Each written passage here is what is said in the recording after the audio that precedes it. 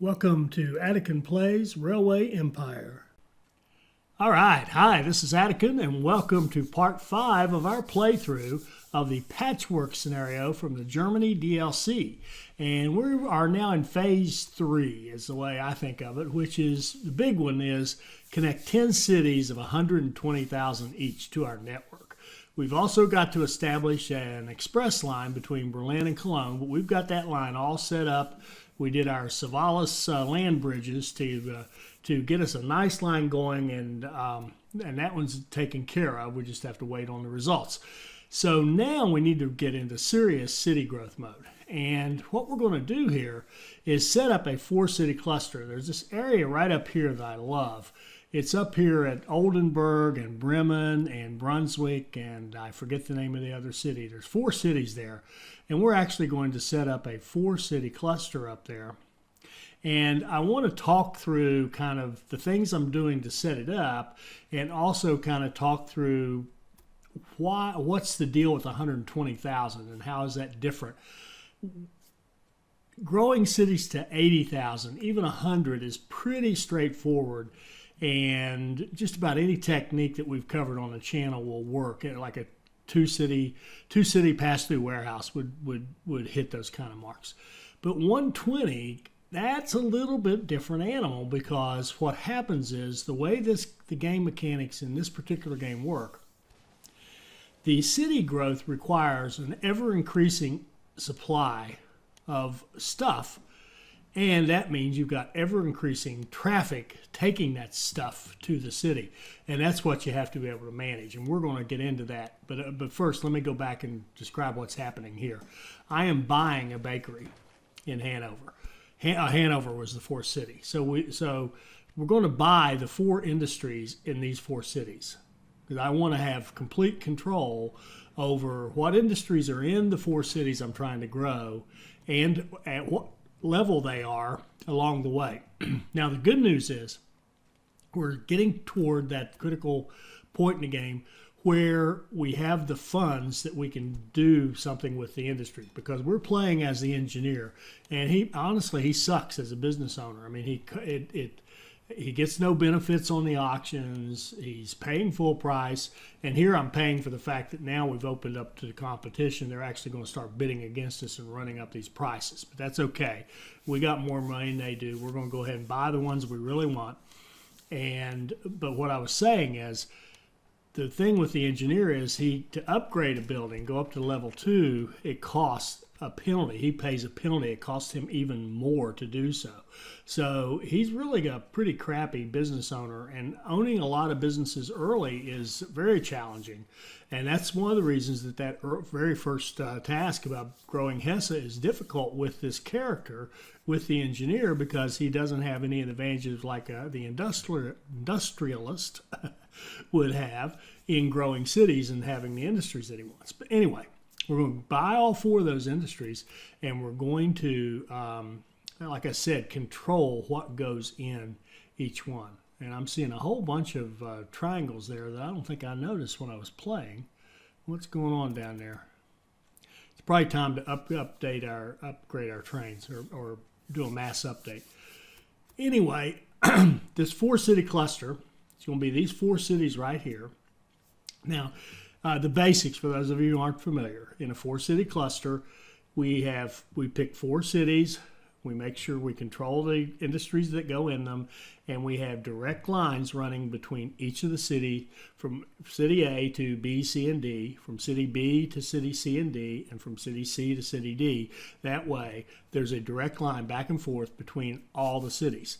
And what that means is that any goods manufactured in any of the cities can be transported to its sister cities within the cluster. So now we have goods exchange going on with 4 cities.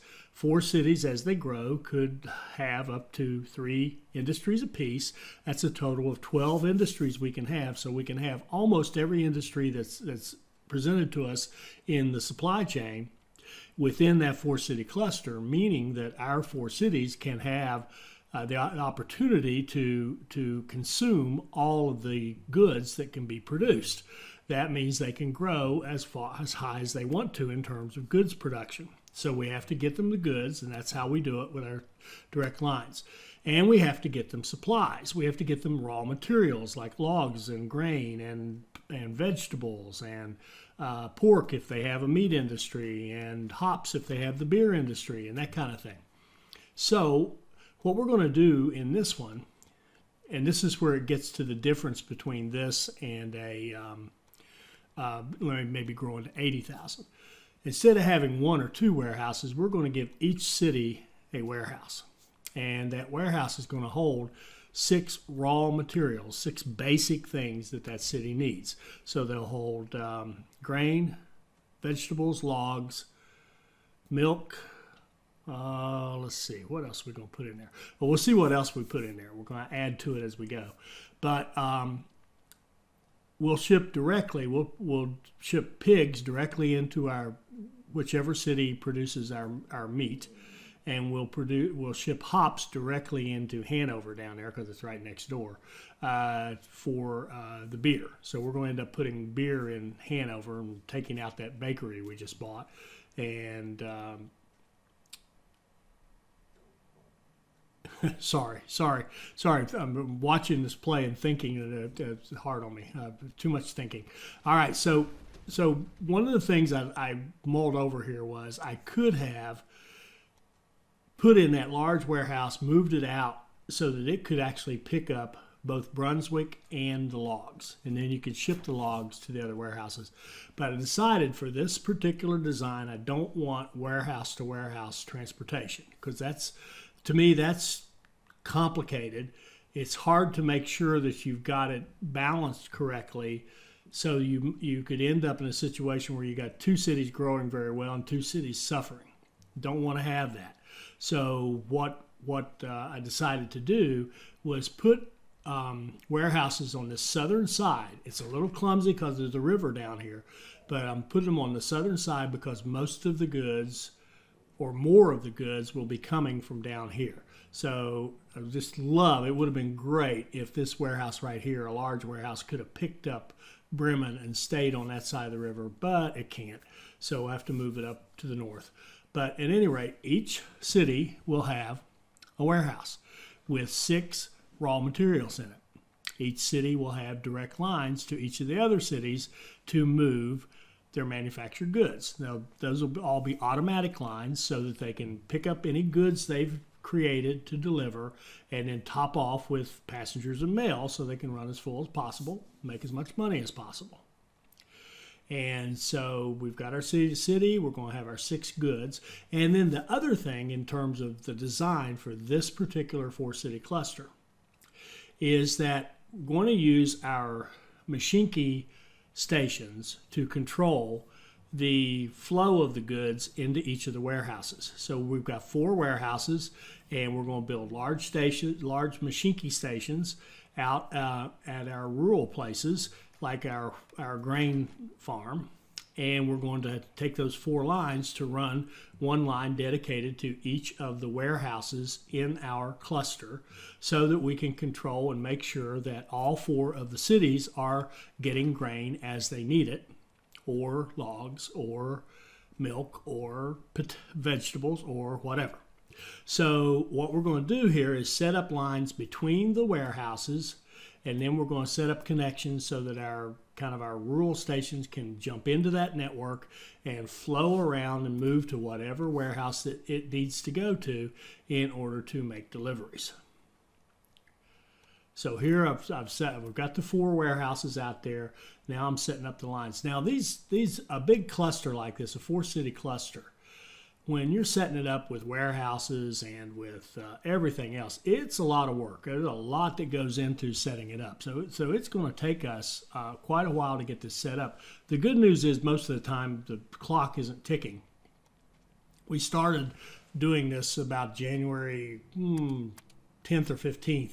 So it's taken us half a month to get this far. So we're not going to burn up all of our clock, but we need to be very mindful of the fact that the clock is ticking and we have other things to do, and we have to have 10 cities, not just 4.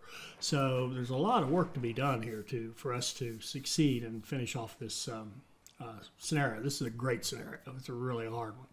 All right, so now we're going to go back to our Savalas land bridges and build a land bridge here across from warehouse to warehouse, from the Oldenburg warehouse to the Bremen warehouse. We're going to use the same technique we used in the last video. We can't quite get the land bridge, so we're going to drive it down one click on our mouse wheel, so to speak, and then pull it over and get our land bridge. There it is. Yeah, I moved it. Don't move it, Danny. There you go. So there we got our land bridge, and we're going to raise it up. And there we go, beautiful. So we've got a land bridge going from warehouse to warehouse. We'll connect that up. Go back the other way, and we'll continue doing that all the way across. Now, I am going to show you everything. There's only so much to be said. I mean, so I may just sit and watch some of this. I hope it isn't too boring for you. It's probably less boring than hearing me talk, I guess. So now let's see if we can get a double track. Okay, it's not going to cooperate with us. It's not going to give us the layup. So we're going to have to use our technique and try our technique at least of building a point-to-point type connection and doing the little boing your way backwards, so to speak, to a point where we can put down a deletion marker. Should be the next, about here maybe? Nope, a little further back. Wow, way back there. Okay, we'll delete that. Ah, good. See how the track broke? When the original track breaks like that, you know you're probably in pretty good shape. So you probably can pull this off and get your double track land bridge if you get the track to break. But unfortunately, it isn't really cooperating. See if we can go the other way. It's very sensitive. See if I move back just a little, it gives me the land going, almost.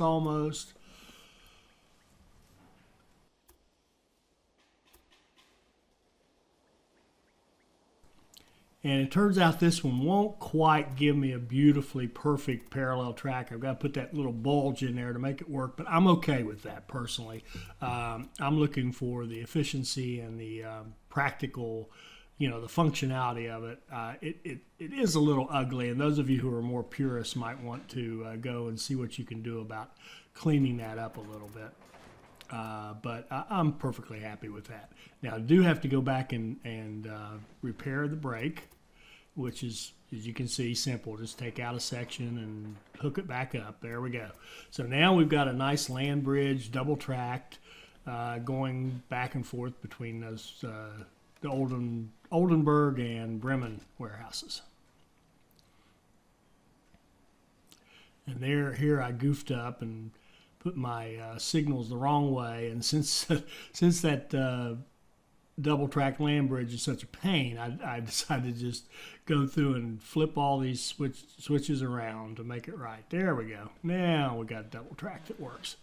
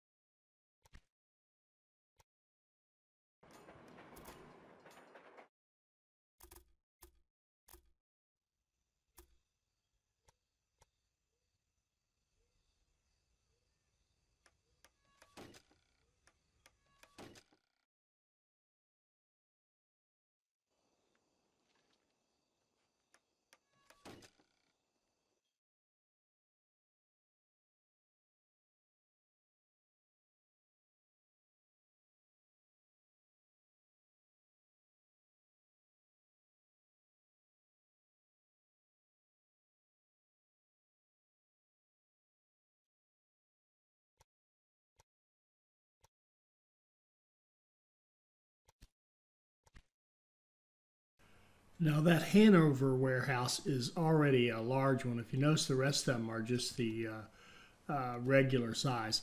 And that's because I didn't want to spend all that money at the beginning because I knew I wouldn't be running 6 goods in there right off the bat.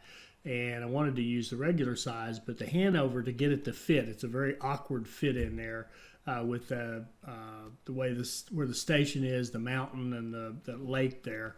So went with a large one there in order to be able to move it a little further away from Hanover. And now we're going to set up our first Machinke station to run the wheat. And you probably noticed there, it could have picked up the milk as well.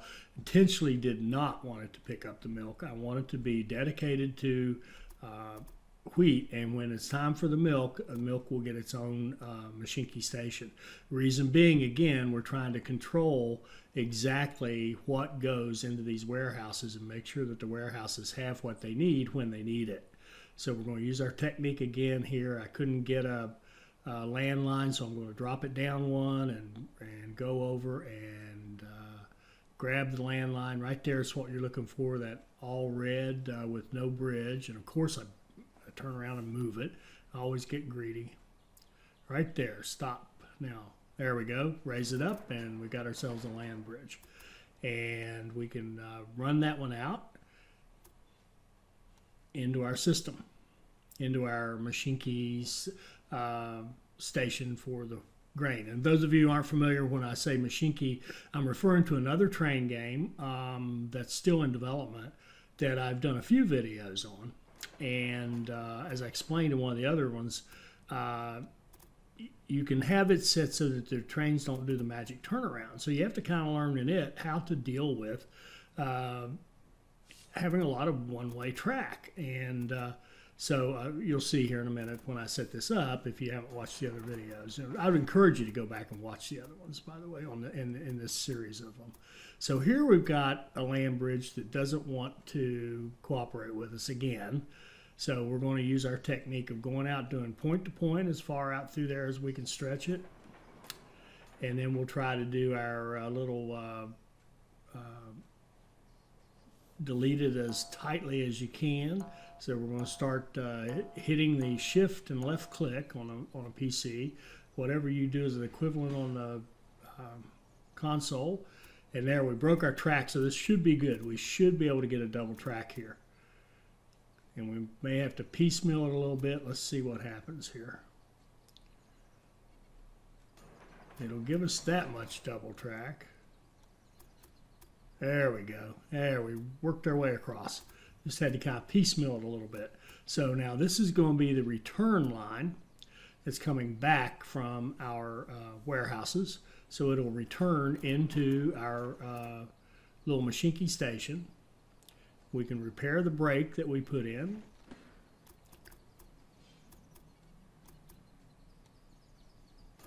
There we go, beautiful. Now we've got a double track land bridge going over to the grain.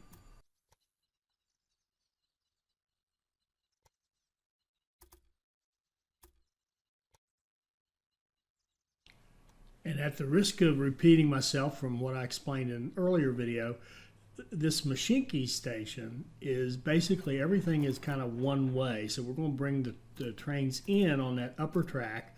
They will have eventually connections to all 4 platforms, and we will have what I call a waiting room or waiting area for each of the trains to queue up that need to go back to their respective assigned platforms at the grain station. And that will allow them to line up so that we don't have the grain that's headed for Brunswick holding up the grain that could be headed to Bremen.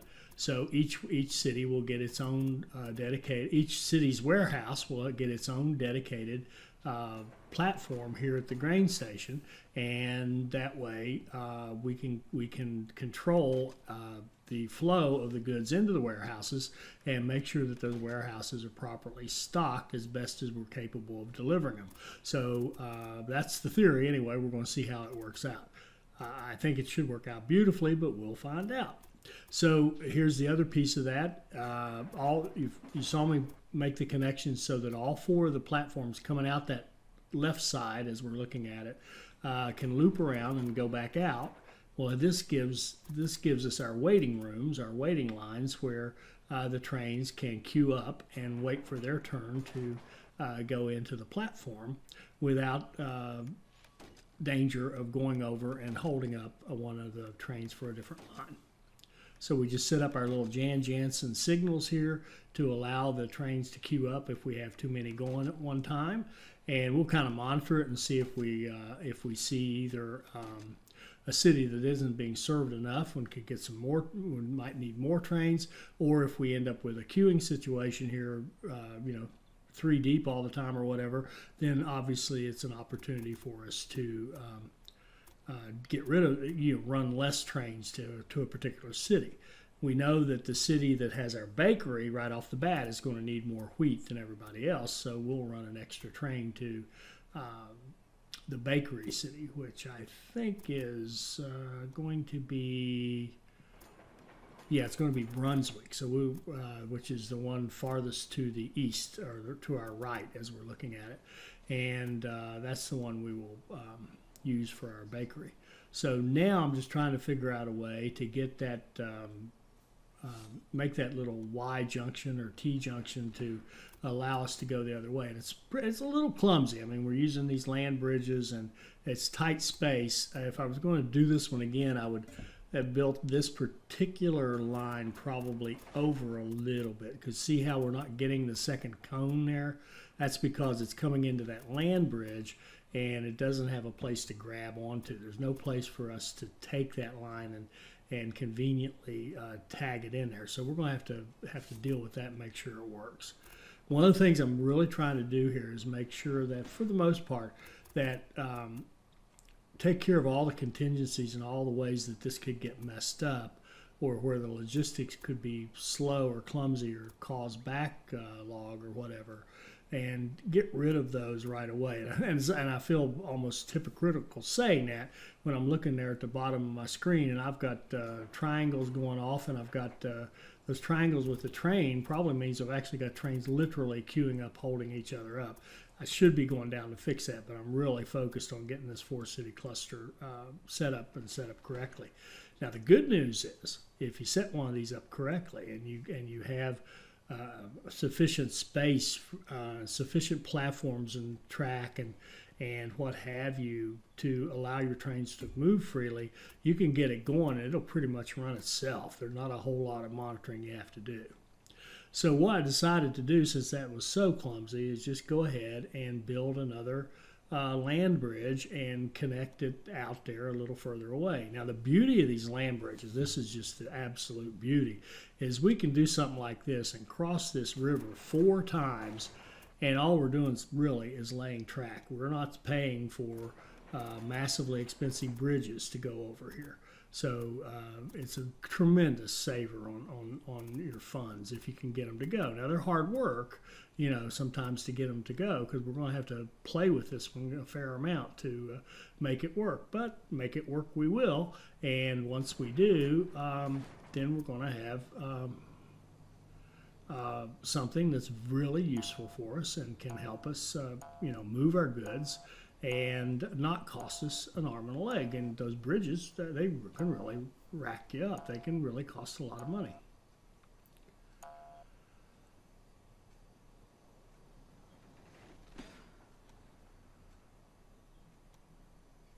So this line didn't break, so I'm not feeling great about it right this minute.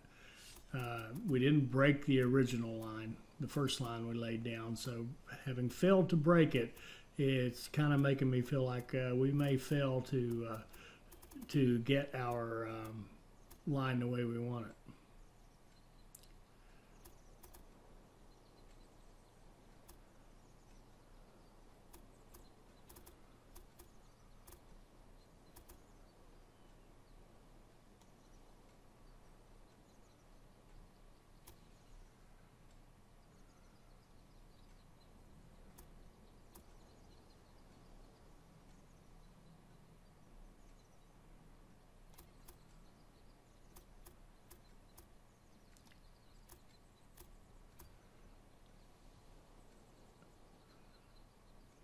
And I've seen it in the little bit of practice I've done. The more you practice these land bridges, the easier they become.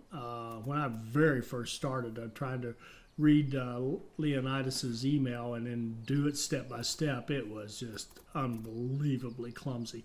But after I made a few of them, it kind of made sense.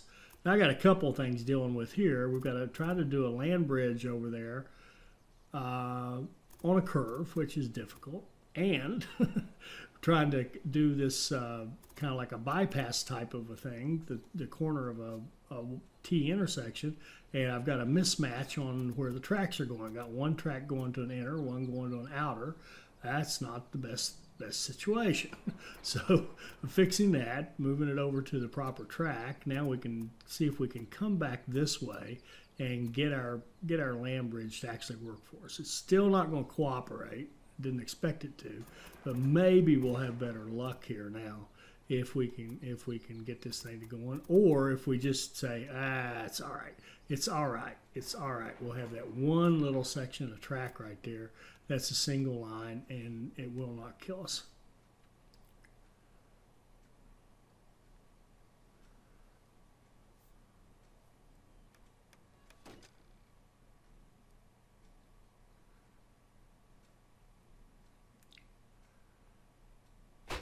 So get rid of that signal so we don't have a potential tie-up right there. Set one coming into the T junction, or whatever you want to call that. Now we have the ability to send the grain to all four warehouses. And we're going to, and this is another comment on this particular design. The one weakness that I see, because you can see right here, I'm trying to address it and decide it's just too clumsy. It's not going to work well. Is don't have bypasses around these the two inside warehouses, the one at Hanover, the one at Bremen. And without the bypasses, that means that any train going out to Oldenburg is going to go through Bremen. Any train going over to Brunswick is going to go through the warehouse at Hanover. And so there's going to be a fair amount of traffic flow there, more than there absolutely has to be. And this might even be worth blowing up and redoing. And if we see that as we're going along, it is starting to get tied up, that old bulldozer works. We'll redo it so that we have cleaner lines. And speaking of that, when I did this one, these four cities were originally set up with our basic rapid expansion passenger only lines, and with the small stations. Well, we'll stick with that for this one, just as a way of showing how you can do it. And we're going to expand the stations as we go along to build out our city-to-city lines. Because remember, I talked about the fact that you have to have these city-to-city lines, but we haven't built them yet. The only city-to-city lines right now are you next to your immediate neighbor. So Brunswick can talk to Hanover. Hanover can talk to Brunswick and to Bremen. Bremen can talk to Hanover and to Oldenburg, but Oldenburg only talks to Hanover, and we've still got we're missing a bunch of connections. So we'll put those in as well by expanding out these little stations and making them bigger and bigger, but they'll still be normal stations without automated auto signaling. And the other thing we could have done, and I'll do this on another one. We'll probably set up another 4-city cluster here somewhere. And when I do that one, I will build it out with all auto signal stations in the cities and make sure we've got the bypasses and stuff. And that way we'll be able to compare them and see if there really is a big difference in throughput and how efficiently they run.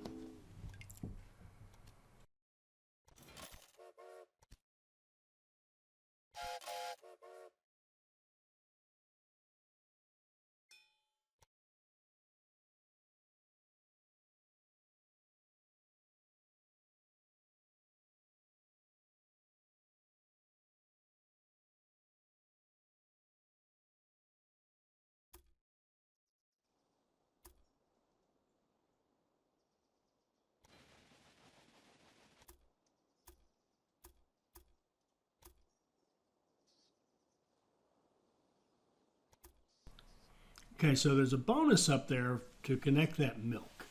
And we know that eventually we're going to want to run one of our Machinke stations, at least that's the plan, is to set up a Machinke station up here for the milk and run it into our warehouses. But they're not ready for milk yet in these 4 cities. There are other cities on the map that could use the milk. That's probably why the connection bonus is there. But right now, we're not ready for it in our system. However, we are ready to get a bonus, that's for sure. So I'm going to go ahead and set that up, grab the bonus, and this is one where I'm not even going to delete it because I know we're going to come back to that and start feeding milk into the system fairly soon. So what do we got now? We've got grain going in, and that's about it.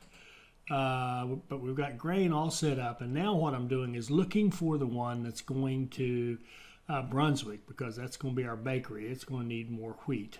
So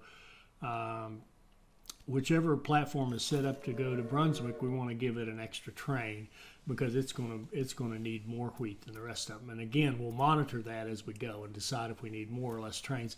I don't want to try to do all the math. It's just too much work to try to do all the math and figure out how many trains to run to each one of these based on the consumption of the city, because 1, that's a lot of work, and 2, it changes because as soon as you get it calculated, the cities are growing and you need to put in a factor for the growth. So why not just put in plenty to start with, particularly when you're running the engineer and you get cheap trains. So now we did buy the industry there in Hanover. We are going to run hops in there and supply the brewery in Hanover. And here's an interesting one. This happens occasionally. I actually got those tracks too tight and couldn't actually put signals on them. So what I'm going to do here is run up and put a click up there pretty tight to the actual station. That tends to spread these out and give you more room between them. And now we can actually put signals in there and have enough room for the tracks so that we can put a supply tower on there. And we can run hops into Hanover, which is a place where we bought the existing bakery, tore it down, and put in a brewery. So we're starting out, our plan here to start is to have a bakery, a brewery, a meat industry, and a tailor all set up and ready to go. And then, of course, we'll add industries as the cities grow.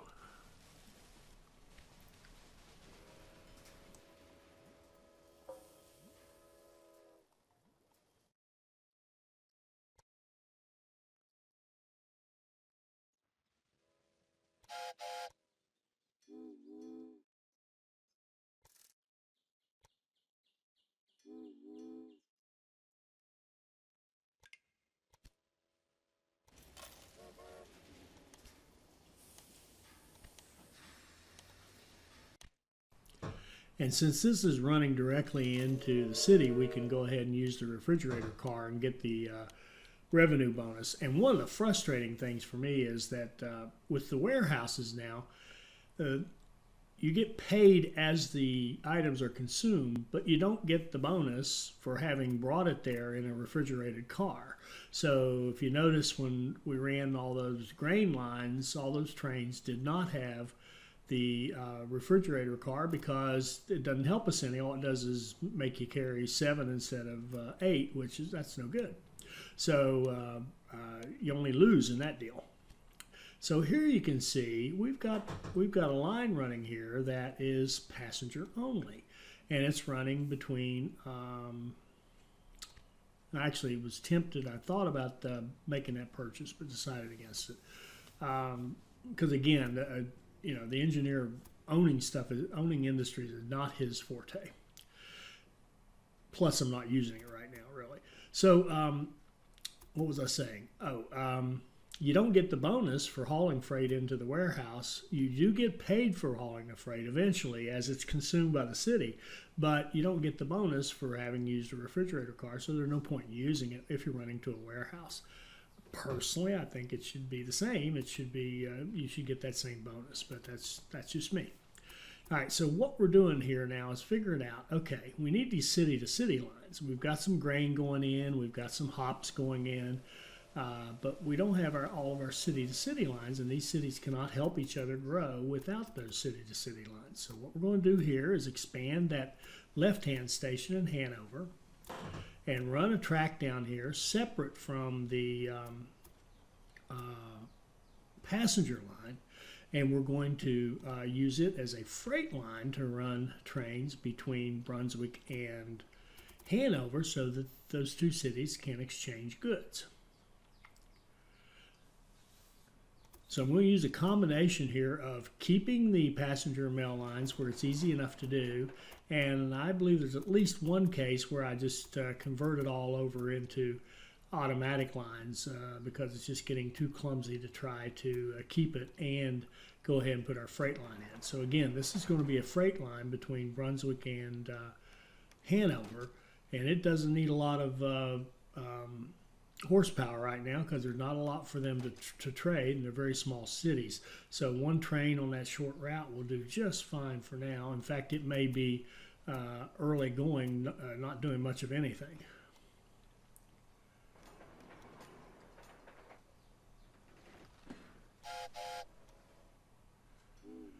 So there we've got a point-to-point from that left-hand station in Hanover out to our kind of unused station, a freight-only line. Put a train on it, and it takes off empty. Not shocking.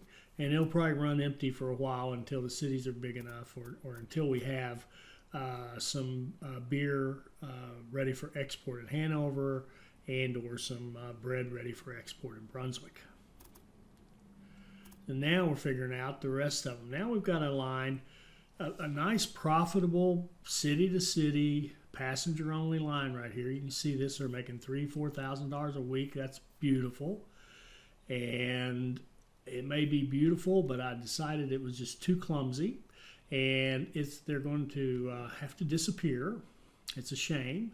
But we're going to delete those 4 trains, make sure that we get credit for removing them by specifically deleting them. There's one left, and it's up here in the station in Bremen hiding on us. I don't blame it.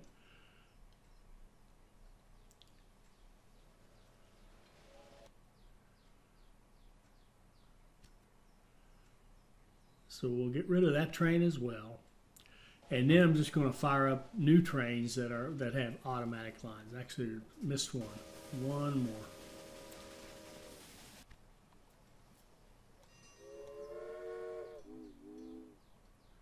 And I decided to just leave the one.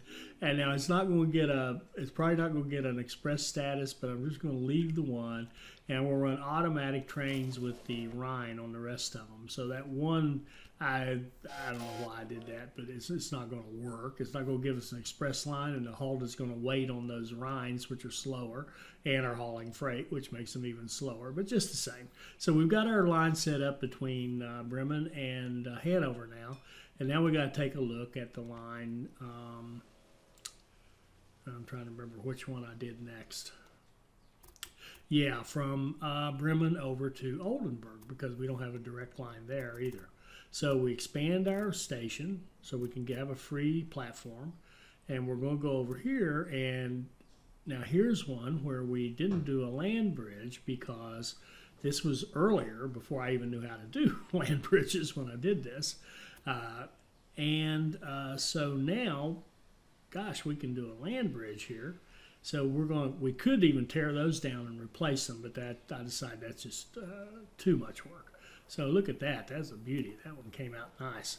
And so we can run our land bridge over here to Oldenburg, expand the station there, plug into another platform, and have ourselves a nice automatic line running freight, basically, back and forth between Oldenburg and Bremen.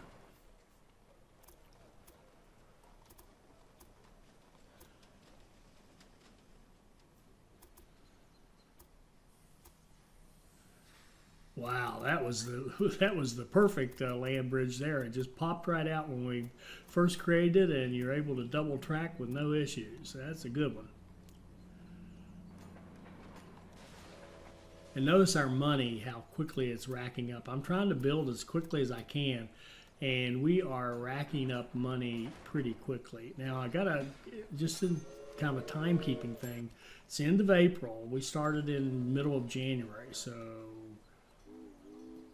3.5 months we've spent building this out. That's a fair amount of time, but again, it'll run itself after we get all this. This is the hard work, getting this done. Especially, frankly, it's hard doing one that already has existing stuff. If we had plenty of money and no existing stations or anything in 4 cities, we could whip one out pretty quickly, because it would be cleaner and easier to do. You wouldn't have to think so much about what you're doing. And here I decided I should have gone down and dipped down and grabbed that supply tower, so I'm going to go do that. I'm going to take out a section of the new freight line we just created and run the track down so that it picks up the supply tower, and then swings back out to go over the land bridge. No reason to build another supply tower.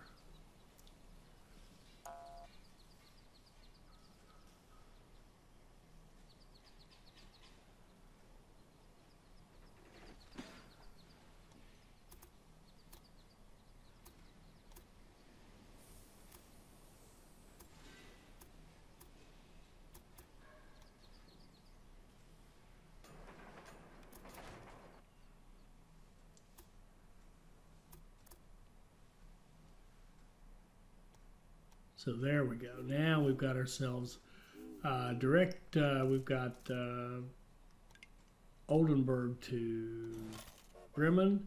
We've got Bremen to Hanover. We've got Hanover to Brunswick. But we're still missing 3 more of them. There's a total of 6 you need for a 4-city cluster.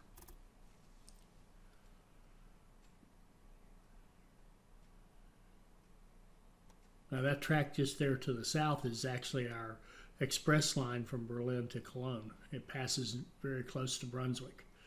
Now here, decided we've got, this is embarrassment of riches. We actually have 2 log sources near this 4-city cluster. So I'm going to divide the work in half and put 2 of them supplying, this end down here is going to supply Brunswick and Hanover, and then the one over to the west is going to supply Oldenburg and Bremen. And decided that rather than trying to force fit a smallish Maschinke in here, it's actually cheaper to just go ahead and build a couple of small stations and run logs directly into the warehouse from that small station for Brunswick. And then we'll put in another small station and run it the other way to feed logs into Hanover.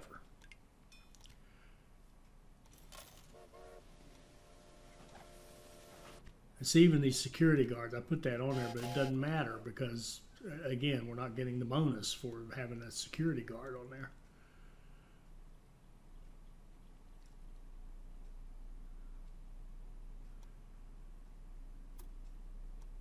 Here comes the second small station that's going to run over here and hook into the line and run over to the warehouse that serves Hanover.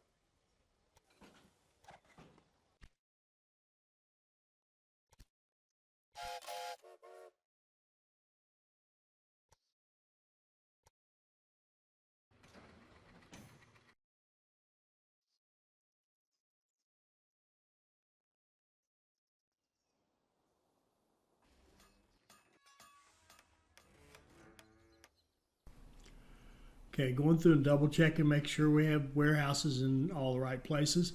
And here on this particular line, because this is that double track land bridge we built, that kind of separated the track, and they stay separated for a while before they really come back into sync and are truly running side by side.